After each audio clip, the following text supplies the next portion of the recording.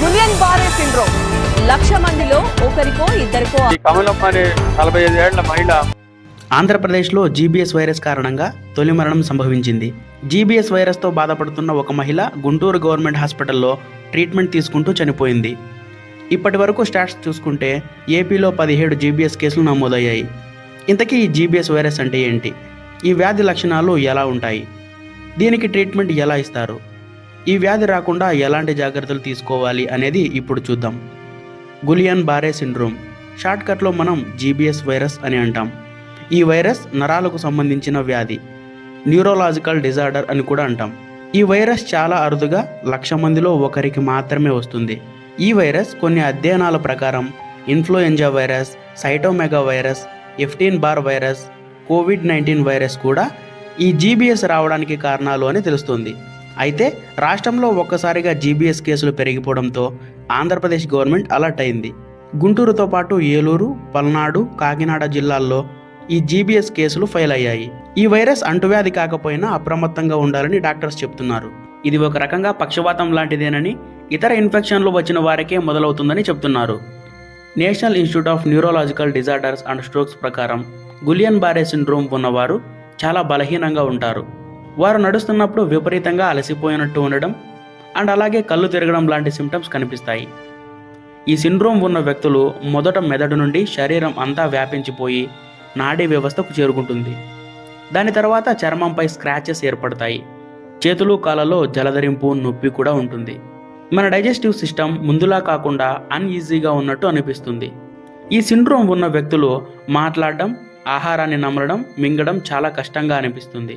అలాగే గుండె కొట్టుకోవడంలో కూడా ఫ్లక్చువేషన్స్ కనిపిస్తాయి అండ్ బ్లడ్ ప్రెషర్ కూడా పెరిగిపోతుంది. మన కంటి చుట్టూ ప్రెషర్గా ఫీల్ అవ్వడం, అంతేకాకుండా మన కళ్ళు మసకబారినట్టుగా కనిపించడం లాంటి సిమ్టమ్స్ అయితే కనిపిస్తాయి. మూత్రాశయం కండరాలు సహజంగా ఊపిరి పీల్చుకోవడానికి చాలా కష్టంగా అనిపిస్తాయి. తర్వాత ఈ సిండ్రోమ్ రెస్పిరేటరీ సిస్టమ్ మీద ఎఫెక్ట్ చూపిస్తుంది. వ్యాధి ప్రారంభమైన మొదటి 2 వారాల్లోనే ఇదంతా జరుగుతుంది. ఇంతకీ ఈ సిండ్రోమ్కి ట్రీట్మెంట్ ఎలా ఇస్తారు అనేది ఇప్పుడు చూద్దాం. ఇప్పటి వరకు ఈ సిండ్రోమ్ వచ్చిన వారికి లక్షణాలను తగ్గించేందుకు ఎలాంటి ట్రీట్మెంట్స్ లేవు. అయినప్పటికీ ఇంట్రావీనస్ ఇమ్యునోగ్లోబులిన్ అండ్ ప్లాస్మాఫెరెసిస్ అనే 2 సాధారణ ట్రీట్మెంట్స్ అయితే ఇస్తారు. మొదటిది ప్లాస్మా ఎక్స్చేంజ్. దీన్నే ప్లాస్మాఫెరెసిస్ అని కూడా అంటారు. ఈ ట్రీట్మెంట్లో రోగి రక్తంలో ప్లాస్మాను తొలగించి దాని ప్లేస్లో స్వచ్ఛమైన ప్లాస్మాను ఇంజెక్ట్ చేస్తారు. ఇది ఎలా పనిచేస్తుందంటే, ముందు పేషెంట్ శరీరంలో నుంచి రక్తాన్ని తీసి ప్రత్యేకమైన మెషిన్ ద్వారా పంపిస్తారు. ఆ మెషిన్ రక్తంలోని ప్లాస్మాను వేరు చేసి తీసేస్తుంది. తొలగించిన ప్లాస్మా స్థానంలో ఆల్బ్యూమిన్ అనే ఒక న్యాచురల్ ప్రోటీన్ని లేదా రక్తదాతల నుండి తీసుకున్న ప్లాస్మాని నింపుతారు. దాని తరువాత ఫిల్టర్ చేసిన రక్తాన్ని తిరిగి మళ్ళీ పేషెంట్ శరీరంలోకి పంపిస్తారు. సో పేషెంట్ రక్తంలో ఇన్ఫెక్టెడ్ ప్లాస్మాకి బదులుగా ఫిల్టర్డ్ ప్లాస్మా రీప్లేస్ చేశాం కాబట్టి పేషెంట్ తొందరగా రికవరీ అవ్వడానికి ఛాన్సెస్ ఉంటాయి. ఇక రెండవది ఐవీఐజీ ట్రీట్మెంట్. ఐవీఐజీ అంటే ఇంట్రావెనస్ ఇమ్యునోగ్లోబులిన్ థెరపీ. ఈ ట్రీట్మెంట్లో పేషెంట్ శరీర ఇమ్యూన్ సిస్టమ్ని మెరుగుపరిచేందుకు రక్తంలో ఉండే ఇమ్యునోగ్లోబులిన్ అనే యాంటీబాడీస్ని నేరుగా చేతి ద్వారా పేషెంట్లోకి ఇంజెక్ట్ చేస్తారు. ఈ ఇమ్యునోగ్లోబులిన్ అనే యాంటీబాడీస్ని కూడా ఆరోగ్యకరమైన బ్లడ్ డోనర్స్ నుంచి తీసుకుంటారు. ఈ ట్రీట్మెంట్ 2 నుంచి 6 గంటల వరకు పడుతుంది. నేను చెప్పిన ఈ 2 ట్రీట్మెంట్స్ వేరువేరు. మొదటి ట్రీట్మెంట్ ప్లాస్మా ఎక్స్చేంజ్లో ఒరిజినల్ ప్లాస్మాని తీసేసి న్యూ ప్లాస్మాని రీప్లేస్ చేస్తారు. సెకండ్ ట్రీట్మెంట్ అయిన ఐవీఐజీలో యాంటీబాడీస్ని శరీరానికి అదనంగా అందిస్తారు, కానీ ప్లాస్మా తీసివేయరు. అయితే పేషెంట్ హెల్త్ కండిషన్ను బట్టి డాక్టర్స్ ట్రీట్మెంట్ ఇస్తారు. జీబీఎస్ రోగులకి రోజుకు 5 ఇంజెక్షన్ల చొప్పున 5 రోజుల పాటు 5 ఇంజెక్షన్లు ఇవ్వాల్సి ఉంటుంది.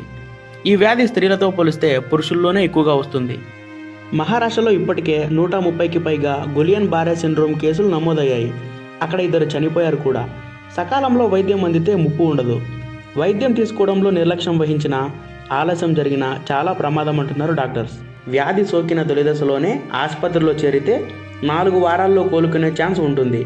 వ్యాధి ముదిరిపోతే కోలుకోవడానికి దాదాపు 6 నెలలు పట్టొచ్చు.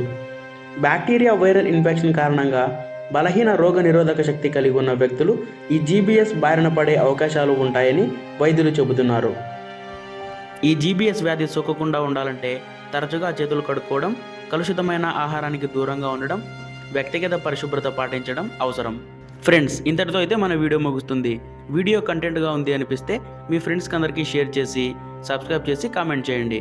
Love you all.